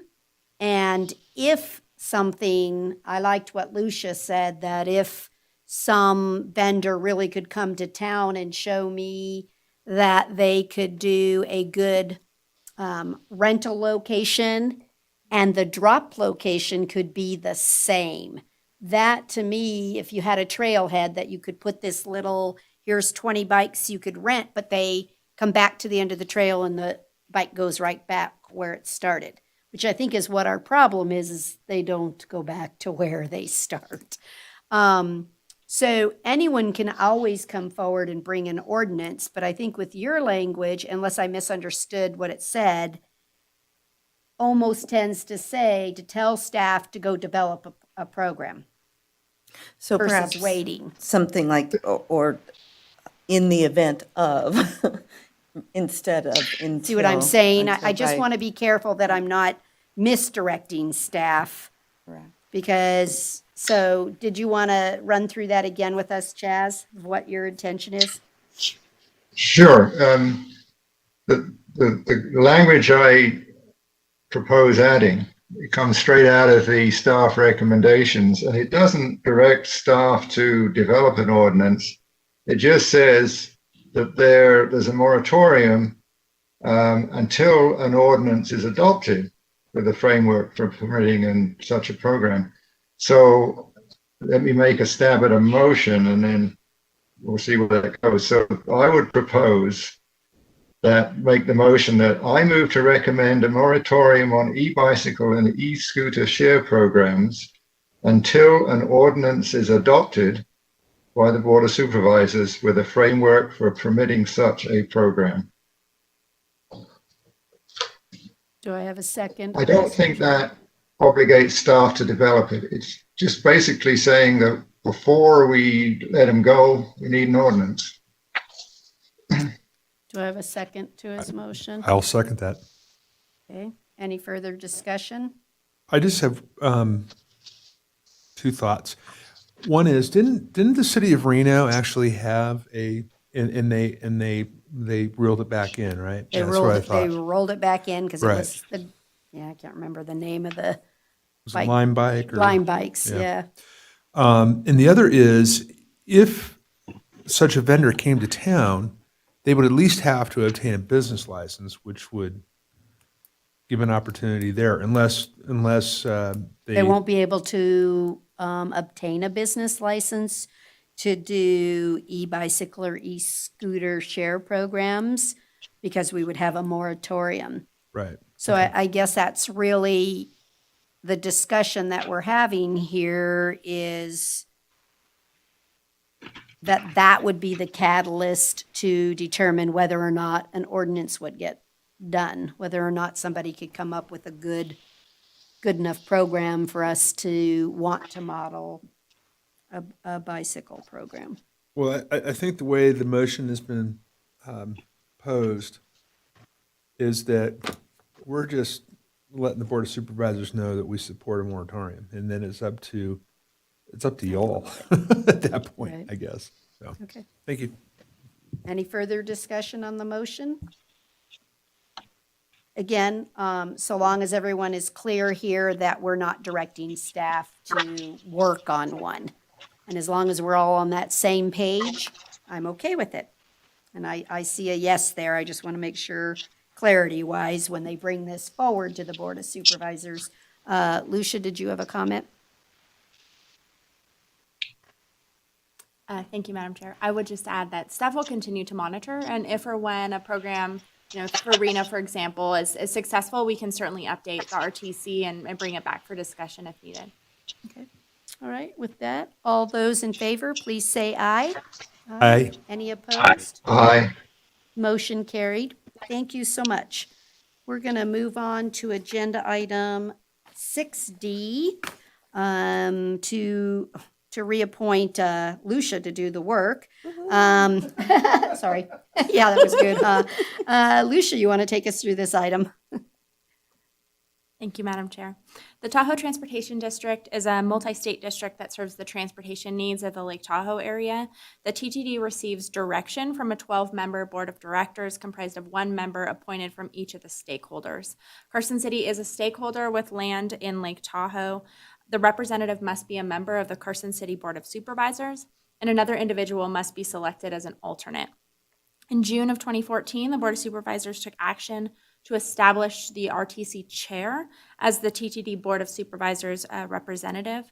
On September 13th, 2017, the RTC took action to establish the transportation manager as the alternate to the Board of Supervisors member, who at the time was Brad Bonkowski.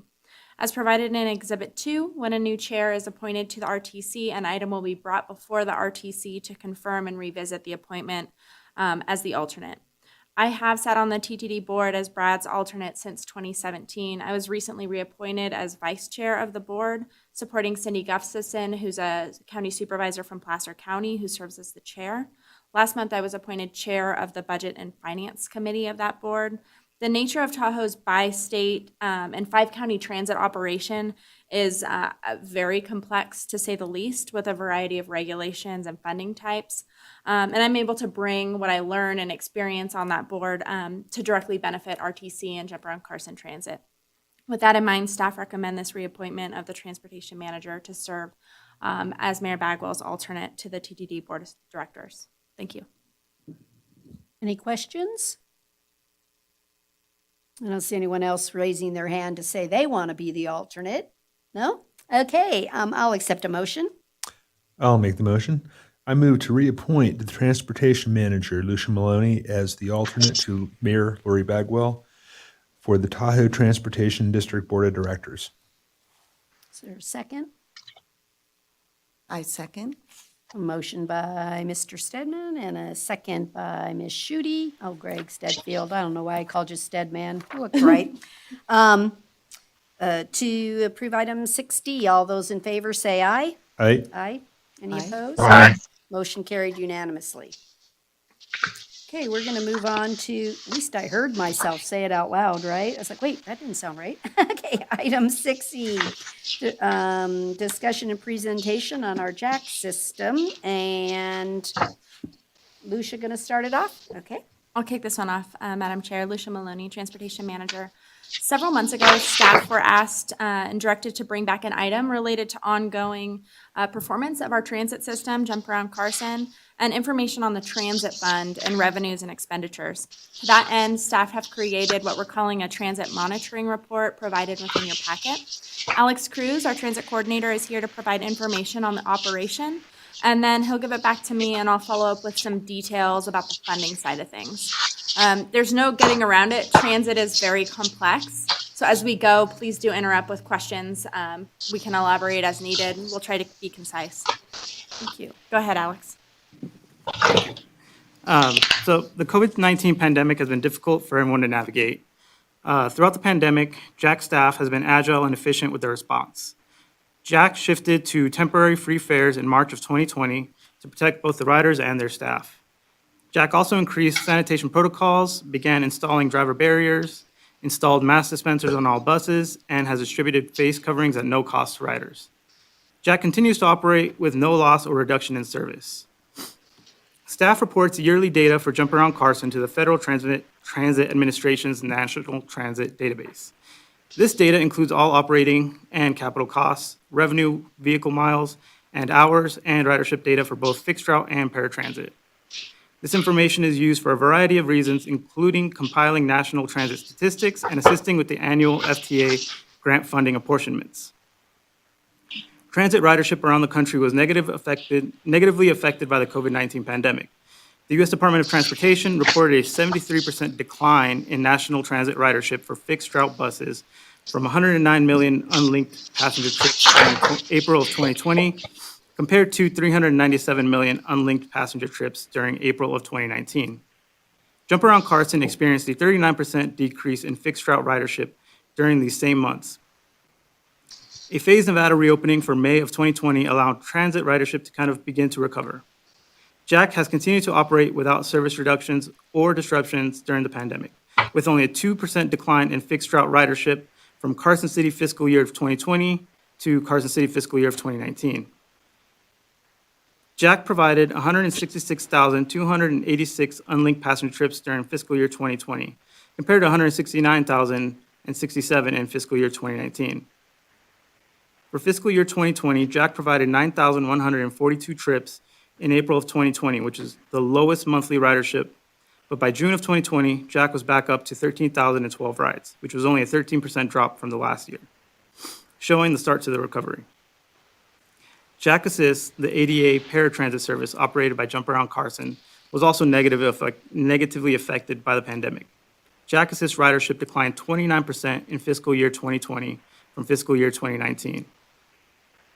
Ridership went from 1,950 rides in February of 2020 to an absolute low of 380 rides in May, which was an 83% drop from May of last year, in 2019. June saw a slight increase in rides as the path to recovery began, but it still must be remembered that Jack Assist ridership is much more dependent on medical business types, such as dialysis centers, which were closed due to the pandemic safety concerns. Jump Around Carson also reports costs, mileage driven, and vehicle hours to the National Transit Database. And with those reported numbers, we were able to draw some comparisons with other transit agencies. In fiscal year 2020, Jack had $1,237,602 in fixed route operational costs, resulting in a fixed route cost of $82.89 per revenue hour and $7.17 per revenue mile. Jack Assist had operational costs of $251,300, resulting in a cost of $41.57 per vehicle revenue hour and $4.49 per vehicle revenue mile. The latest NTD data, which is in 2018, shows a national average of $136.40 per vehicle revenue hour for fixed route providers, 65% more than Jack's $82.89. The national average for ADA paratransit service shows a cost of $72.88 in 2018. That's 75% more than Jack Assist's $41.57. There is no NTD data available to compare the cost for vehicle revenue miles. And while using 2018 national data to compare 2020 local data is not ideal, it does provide some context. With that, I'm going to turn it back to Lucia for a little bit more on the grant funding. Maloney? Thank you. So nowhere in the country is public transit able to operate on fare box revenue alone, and that is the fares that come in from folks riding the vehicles. Every operation in the country is subsidized to varying degrees, and Carson City is no exception. Alex spoke to you about operational efficiency of Jack, and we don't do a lot here, but what we do, we do well. Jack costs between $1.4 and $2 million annually to operate. and that depends on capital investments that are needed in any particular fiscal year.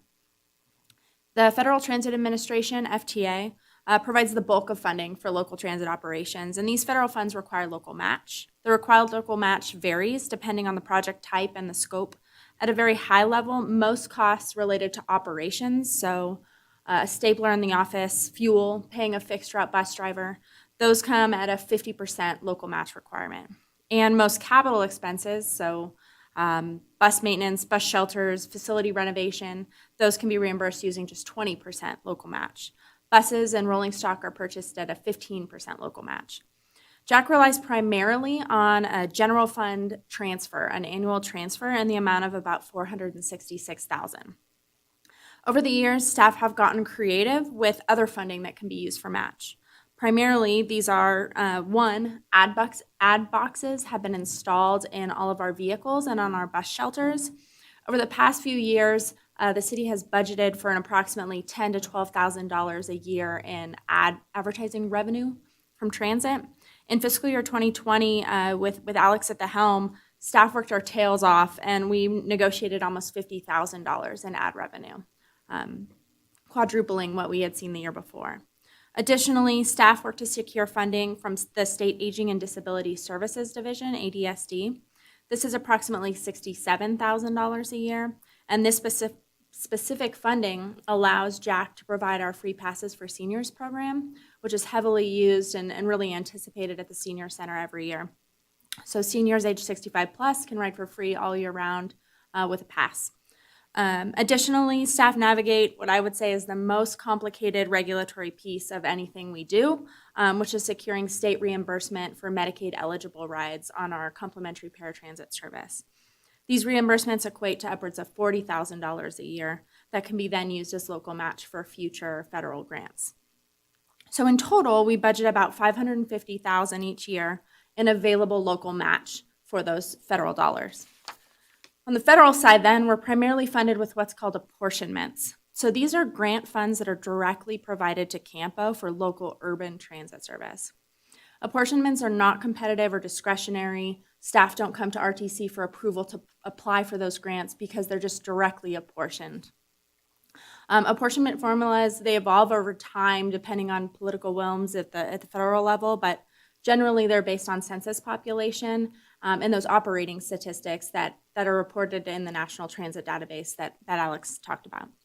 Apportionments are considered to be, in the industry, really the basic amount of federal funding necessary to operate transit. I haven't identified any transit operations that do not also seek additional competitive discretionary grants to fund their service, and we're no different here. Generally, the apportionments are not adequate to cover operational and capital needs.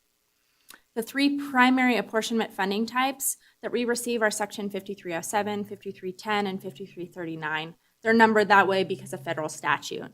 They have nuances for different expense eligibility and requirements, but together we're apportioned about $1.8 million annually in federal funds. Again, depending on the activity or the expense, every dollar of that $1.8 million requires local match. That can range from 15 to 50% generally. I'll draw your attention to packet page 158, table 1 of the monitoring report. It contains a lot of detail about available grant funds and the amount of local funds it would take to spend those FTA funds with the budgeted eligible activities. At the bottom of the table are the older grants. If you go down to packet page 160, you'll see the older grants that are still open, and you'll see the 2017 apportionments. So we always want to spend our oldest money first, and that's because there's limitations on use, and you have to keep those grants active so that the FTA doesn't take them back or they lapse into inactivity. You can see we still have apportionment funding from 2017, and as of January 2021 has now been released. So we have 3 to 4 years of apportionment funding that can be spent, but is not able to be spent because we're not spending it fast enough, and we're also limited by our available local match. And this has been exacerbated to some extent by the $3.7 million in CARES Act funding that we received, which was great, right? It helped us slow down our spending of local match, but it also slowed down our expenditure of those other grants. So we've been spending CARES Act grant mostly, and then sparingly using some of the older grants so that we keep them active. So we have 3 years of apportionment funding, fiscal years 19, 20, and 21 for each of the 5307, 5339, and 5310 funding sources. And you see those at the top of that table 1. Those funds have not been obligated to spend. And when I say obligated for FTA dollars, what I mean sort of in a metaphor is we have an approved and funded bank account, but we haven't gone to the bank yet to fill out the paperwork and pick up our debit card. So we have to do that step within a certain amount of time. For 5307, which you'll see in the table is kind of the biggest pot of money, you have 5 years from the apportionment year to obligate those funds. For 5310 and 5339, you have 3 years. So for the 2019 apportionment, by September 30 of 2022, we need to obligate those funds so they don't lapse. And we think we can do that, but absent additional local funding, staff anticipate that we're going to start seeing lapsing funds that will go back to FTA as soon as probably fiscal year 2023. Staff do continue to search for new and innovative ways to use this funding to serve broader city needs. And I'll give you an example of something we're looking at now. RTC approved for staff to submit a community development block grant application for Desatoya. Desatoya is a heavily used transit route. There's, I think, 3 stops on Desatoya. And the road, if you've driven on Desatoya recently, is completely alligator and in need of resurfacing. Well, if Carson City wanted to reconstruct that road, we couldn't do so without making sure that all of that sidewalk and ramps were ADA compliant. So what we're doing with the CDBG grant is doing as many ramps as we can with a little bit of money, but we can't do the whole street. Since it's a transit route, CDBG is unique in that it can be used as local match for other federal funds. So staff are trying to look at whether we can add in FTA money, some of this money that's older but still eligible, and then use that CDBG at a rate of 20% local match, so get 80% FTA dollars, kind of spend up our kind of backlog of FTA funds and try to do the whole corridor, or as much as we can. So those are some of the innovative things, and as we look ahead, you know, if there's some other local funding sources that can help us improve ADA compliance, fix some of our sidewalks on bus routes, those are some of the ways that we can try to be creative to use this funding. So I can tell you that staff will continue to look at every opportunity to be creative and find more local match, and we appreciate any ideas or direction that you have as well, and hopefully this answers some question on transit, and we're happy to provide more detail. Thank you. Does anyone have any questions? Did anybody understand all that? Yeah, no. So one of the questions that I have when I look through this table and see the types of funding sources, if I'm not mistaken, I can recall that one of the goals for Jack was to create a new transfer station. So what is eligible and what percentage of funding can any of this be used within that? And then how much match would we need to accommodate? Generally, property acquisition or facilities expansion, those type of capital improvements require a 20% local match. 5307 is you can think of it like, at least for us, is like the STBG of transit funding. It's very flexible, and so we have the most flexibility with that. 5339 is it's the bus and bus facilities funding program, and so that's eligible for facilities as well. 5310 is for enhanced mobility of seniors, but there's ways that you can use that money as well, and we could probably include at least some of that money in a transit station type of project. Staff, as part of the transit plan, did look at a number of potential sites or even just opportunity for locations for that. There is a building near our existing transfer station. It's owned by the Masons. It's where that coin shop is on Washington, that yellow historic B&T building. If something like that were to be discussed or looked at, those type of historic preservation for historic, transportation buildings is something that the FTA really likes and supports. And there might be additional FTA type funding for that type of project two that we could look at, outside funding. So I just bring that to everyone's attention, so it's on, again, on our radars. If other CARES Act money or other things come forward, that we make sure that project is on a list. Because what I'm finding, and maybe it's not just specific here, but what happens is a funding source comes down and it's the things at the top of our mind. And so is to be able to go across the city and make sure we have some high priorities that we could not attain any other way. So I just want to make sure this one rises to the top of one of our lists that potentially, if there's a location. I guess I'm more concerned there might not be a location, but. I appreciate that. Yeah, it's at the top of staff mind, but it's such a big project, and Carson City's never undertaken kind of a property acquisition for transit, which can be very complex and time consuming. I have spoken recently with Graham Dollarhide, who used to be our transit coordinator, but now he's the transit manager at the state. And he's going through that for a different jurisdiction in the state and has learned a lot and offered to support us in any way he could. Okay, thank you. Does anybody else have any comments or thoughts or Chaz? Yeah, I just had a question. I guess there's no way the CARES Act money can be used as a local match, is there? Well, it's not that it can be used as a local match, as they change the match requirements on those CARES dollars, which is what is helpful. They might say you don't have to have any match. You can just have $3 million as long as you can find some linkage, which a better facility and transfer station and all of that would fit potentially those conditions.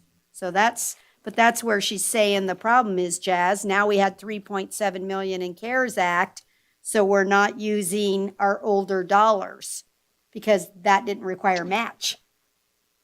Well, yeah, I understand that. But for example, we can use, in some instances, CDBG money as the match, right? So I guess my question was, if we've got this pot of money under the CARES Act, can we use that as a match for the 510 funding? That's a good For question. example. And apologies for the confusion. The answer to that is no. CDBG really is unique in that way. We can use state dollars or local dollars, but we can't use other federal transit administration dollars to match other federal transit dollars. Yeah, well, I sort of thought that was the answer, but I wanted to ask the question too. The other thing is to recognize that the CDBG dollars are competitive across more than just doing sidewalks and things. So just to be clear, the Board of Supervisors receives lots of applications for CDBG funding, which includes some of our local nonprofits. And so we've tried to accommodate that by an apportionment, even in that arena. So much always going in for the Desatoya is a great idea, places like that to maximize it. So I just put that out there, that there are other competing factors for CDBG dollars too. The city does not have to do that. We could take all of that funding. And again, if there was a major project we could get accomplished, I'd just like the information on what you think it would take to do a facility. Ms. Schutte. So am I understanding this right? So the 5310 and the 5339, there's approximately $35,000 that needs to be spent or is available to be spent by the end of 2022. It's on page 160. So I'm just looking at total remaining local. So there's a column in table 1 called total remaining FTA. So that's second from the right. Second, okay. And the rows that are bold are the sum for each of those different grants. So the oldest grants say in the name, and they're not all consistent. These are really internal grant names that we staff come up with, but those FY 2017 ones, those are the oldest ones. Sorry. That 50, the 5307 one at the bottom of table 1, we just have a little bit of money that we're going to chip off when the next buses arrive. The one above that, 5339, that's a vehicle purchase. We're going to try to chip off some of that. So these are smaller amounts, and we just work our way up from the bottom. Okay. Does that answer your question? It does. And so in that case, those are fairly easy to use. So there's other monies that we're getting toward the deadline, and it's about being creative and thoughtful and. Right. So no, it's a great question. So the FY 2017 5307, so sort of the middle of the page on packet page 160, you can see we've drawn down a couple of those activities, those budgeted line items, but there are still a fair amount of money in that pot, looking at some rolling stock, some money for software, and some administrative facility rehabilitation. So all those little budgeted amounts. And then when we do our reimbursement requests, we draw them all the way down and we close it out and we move on to the next one. And as you continue to move up the table, right, to the newer grants, the 2018 ones, so those have been obligated. And once they're obligated, we have a couple of years to start drawing them down before then they get inactive. So we get the debit card, but you can't just let it sit in your wallet. And so those we have for some rolling stock where it says capitalized operating. That pays at an 80-20 match for our paratransit service, so we get a little bit of a better match. The 5310 and the 5339, we don't get as much money, so that sort of just supplements the 5307. Does anyone have any further questions? No? Okay, thank you. We don't have a motion on this item, so we'll move on to internal communications. Ms. Maloney, your transportation manager's report. I'll keep this brief. Thank you, Madam Chair. You'll notice this month the packet was missing a street operations report. There was a lot of weather in a very short amount of time, which just happened to be the very day that we asked our street supervisor to help us with that report. So I apologize, but we're going to roll that forward into next month. I did want to report that the CDBG grant applications for Colorado and Desatoya are both going to be submitted next week ahead of the deadline. And then staff have started initiation of the payment survey in Carson City. The last one we did was 2017. This is funded under CAMPO's Unified Planning Work Program. And so you'll start to see that in the next couple months once we put it out for bid or do what we need to do to get a contract together for approval. Thank you. All right. Does any member of the board have any information they want to share? I'll look up first to the WebEx. Anybody? Nothing there. How about everyone's good on agenda item 8? Okay, our next meeting will occur on March 10th after the CAMPO meeting. So, 5-ish, 4:30, 5 o'clock. Is there any final public comment? None at this time. Okay, then I'll entertain a motion for adjournment. So moved. Okay, we're adjourned. Thank you. Great job, everyone.